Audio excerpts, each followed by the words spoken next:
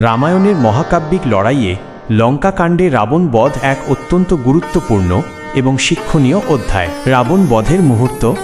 দীর্ঘ যুদ্ধের পর শ্রীরামচন্দ্র যখন দেখলেন রাবণের একটি মাথা কাটলে বারবার অন্যটি গজাচ্ছে, তখন বিভীষণের পরামর্শে তিনি রাবণের নাভিতে লক্ষ্য করে অমোঘ ব্রহ্মাস্ত্র নিক্ষেপ করেন। বিজয়। অশুভ শক্তির বিনাশ ঘটে এবং রাবণ ধরাশায়ী হন। রাবণের শেষ শিক্ষা। হিন্দু পুরাণ অনুযায়ী রাবণ অত্যন্ত পণ্ডিত ছিলেন। মৃত্যুর আগে রাম লক্ষ্মণকে পাঠান রাবণের কাছ থেকে রাজনীতি ও জ্ঞান অর্জন করতে।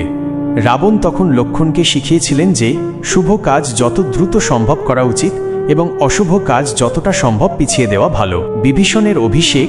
রাবণের মৃত্যুর পর শ্রীরামচন্দ্র ধর্ম রক্ষা করার জন্য লঙ্কার সিংহাসনে রাবণের কনিষ্ঠ ভ্রাতা বিভীষণকে অভিষিক্ত করেন।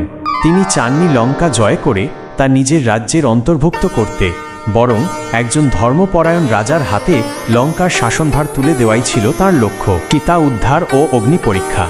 রাবণ বধের পর হনুমান সীতা দেবীকে অশোক